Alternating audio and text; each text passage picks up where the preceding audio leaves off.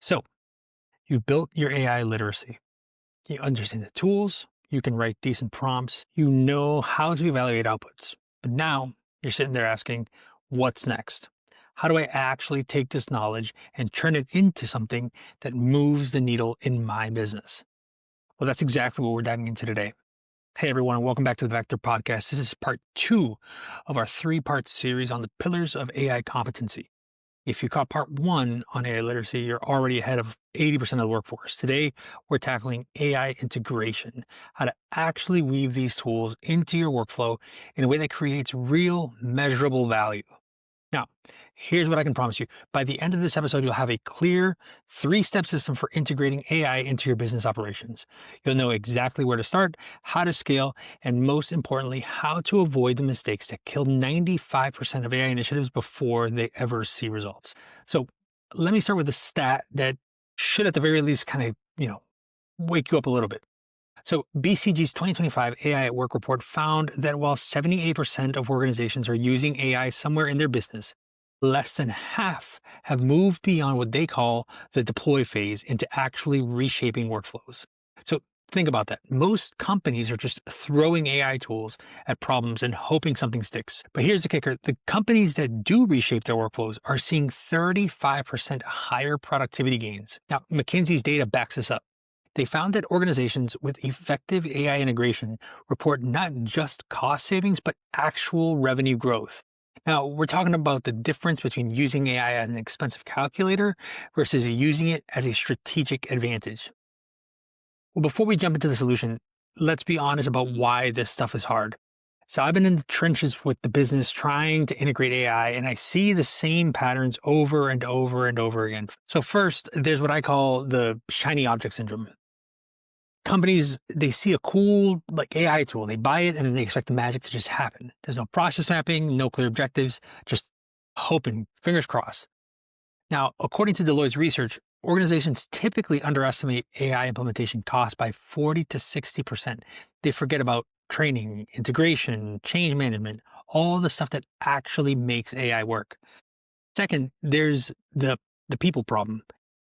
And this one's actually pretty impressive. The PMC research on AI adoption in the workplace found that employee well-being and job security concerns can tank AI initiatives if they're not handled properly. So you can have the best AI tool in the world, right? But if your team won't use it, then you've just got expensive shelfware. And third, there's the measurement problem. So if you can't prove value, you can't scale.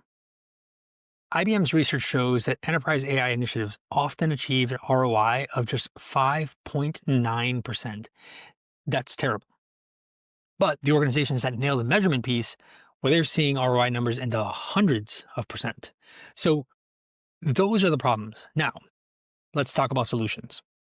The first step in real AI integration isn't picking tools. It's understanding your processes so well that you can identify where AI will actually create value versus where it'll just create complications. So according to the research from HyperStudio, successful AI workflow automation starts with what they call process discovery. Now, this is not just relegated to documenting what it is that you do. It's mapping value streams, identifying bottlenecks, and understanding where human intelligence adds the most value versus where it's just administrative overhead. So here's how you actually do this practically. So take any process in your business that touches multiple people or takes more than an hour to complete. Map it out step by step.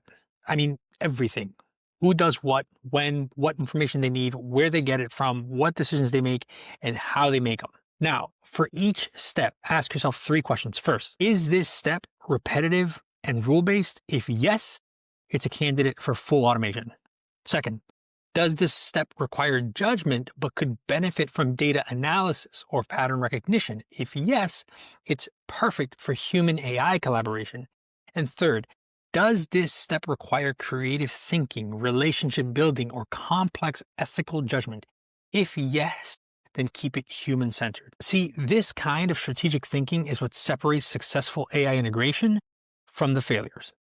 You're not replacing people, you're amplifying human capabilities. Now, Once you've identified your opportunities, the next step is implementation. But here's where most people kind of screw it up. They try to boil the ocean. They want to transform everything at once. Let's not do that. So, Monday.com's research on AI transformation shows that successful implementations follow what they call a progressive rollout strategy. You start small, you prove value, then scale. Now, this isn't just about reducing risk, though. That's important. It's about building organizational confidence and learning along. Phase one is what I call sort of a proof of concept. So you pick one specific workflow that affects a small team but has clear success metrics. Maybe it's your customer support team using AI to categorize and route tickets. Maybe it's your marketing team using AI to generate initial content drafts. The key is picking something where you can measure results quickly and clearly. NetGuru's Guide to AI Integration emphasizes this point. You want something where you can say, before AI, this took X time and had Y accuracy rate. After AI, it now takes A time and has B accuracy rate. So, phase two is optimization. Once you've proven that the concept works, you can focus on making it work better. This is where the continuous measurement piece becomes critical.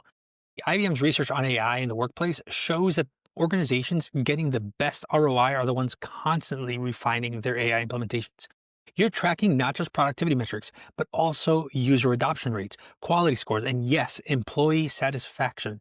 Because if people hate using your AI tools, they'll find ways around them, and your integration will fail. Phase three, scaling. But here's the thing, scaling doesn't mean copy pasting your solution everywhere. Each department, each workflow, each team has different needs.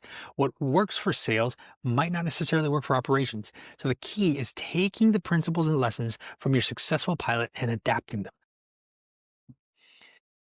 Research on AI adoption shows that successful implementations require what they call the ADKAR model. So that's awareness, desire, knowledge, ability, and reinforcement. So let's translate this into plain English. First, people need to understand why this change is happening. Not just because AI is cool, but because it solves real problems they face every single day. The best way to build this awareness is to involve people in the process mapping we talked about in step one. When they help identify the problems, they're more likely to embrace the solutions. Second, they need to want the change. Now, this is where the fear factor sort of comes in. So Booz Allen's research on change management for AI shows that job security fears are the #1 adoption barrier. You have to address this head on. Show people how AI makes their jobs more valuable, not less relevant.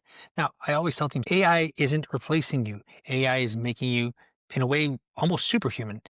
But someone who knows how to work with AI might actually replace someone who doesn't.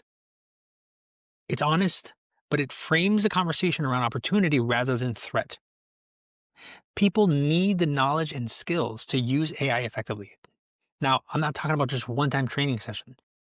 McKinsey's research on AI change management shows that successful organizations provide ongoing education, peer learning opportunities, and what they call learning in the flow of work. Fourth, they need the ability to actually use AI in their daily work. This means tools have to be intuitive, well integrated with existing systems, and supported by clear processes. Now, if using AI feels like extra work rather than a natural part of your workflow, adoption is going to fail. Finally, you need reinforcement. So this means celebrating wins, addressing problems quickly, and continuously improving the implementations based on feedback. The organizations that nail this create what I call AI momentum, where success breeds more success. So let me share the 3 biggest pitfalls that I see in AI integration again, because knowing what not to do is just as important as knowing what to do. So pitfall number 1 is what I call random acts of AI. This is when companies implement AI tools without connecting them to clear business objectives.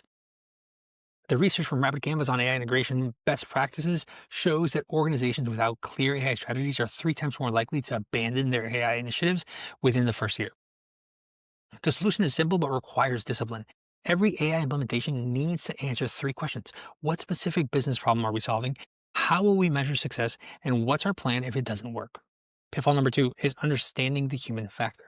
Gixer's research on enterprise AI adoption challenges shows that organizations with poor change management see 60% lower adoption rates. This is not about training. It's about culture, communication, and making people feel like partners in the transformation rather than victims of it. The solution is involving people in the design process. So being transparent about the impact on roles and providing genuine support during the transition, not just technical support, emotional support as well. Pitfall number three is treating AI integration as a sort of one time project rather than an ongoing capability. AI technology evolves quickly. Businesses need change, models need retraining. What works today might not necessarily work next year. The solution is building what IBM calls continuous AI governance into your organization. So, this means regular reviews of AI performance, ongoing investment in training and improvement, and the flexibility to adapt as technology and business needs evolve. So let's talk about measurement, because if you can't measure it, you can't manage it. And frankly, most organizations are measuring the wrong thing when it comes to AI integration. So the typical approach is to track deployment metrics, how many people are using the tools, how often they're logging in, basic utilization stats. That's not necessarily wrong, but it's not enough sometimes. So, Superhuman's research on AI adoption metrics shows that organizations focus on deeper engagement metrics see 3 times higher productivity gains. So, here are the 4 categories of metrics you should be tracking. Operational efficiency. Now, this includes time saved on specific tasks, reduction in manual work, lower operational costs, and improved throughput. But don't just measure the numbers, understand why they're changing. Second, quality improvements. So, error reduction rates, compliance improvements, customer satisfaction scores, and accuracy metrics. The key here is connecting quality improvements to business outcomes. Higher quality usually means lower costs and higher revenue. Third, innovation velocity. How quickly are you developing new products or services? How fast are you responding to market changes? Are you able to take on new opportunities because AI has freed up capacity? These are harder to measure, but often significantly more valuable. Fourth, employee experience, job satisfaction scores, retention rates, time spent on high value versus low value activities. Remember, sustainable AI integration requires happy, engaged people. Monday.com's research suggests tracking these metrics at multiple levels, at the individual, team, department, and organizational level, because AI integration creates ripple effects that you might miss if you only look at one level. All right, everyone. So that's part 2 for you. If this helped you see AI integration a little bit differently, do me a favor and hit the like button. It tells me that this content is hitting the mark and it helps other people discover this episode. Now, subscribe if you haven't already, and make sure you hit the bell icon so you don't miss part 3 on AI leadership. That's where we'll talk about how to guide entire organizations through AI transformation, including some hard-won lessons about what works and what absolutely doesn't. Drop a comment below and let me know. What's your biggest challenge with AI integration right now? Are you stuck in the pilot phase, struggling with the employee adoption, can't prove ROI? I read every comment, and your feedback helps shape future episodes. And if you're already successfully integrating AI into your business, share your experience. Let's learn from each other and build this community of AI capable professionals. Remember, the goal isn't to become an AI expert overnight. It's to build these capabilities systematically, sustainably, and in service of real business value. Every process you map, every pilot you run, every person you train, it all compounds into competitive advantage. Thanks for joining me today. Keep learning, keep building, and keep pushing the boundaries of what's possible when humans and AI work together effectively. I'll catch you on the next one.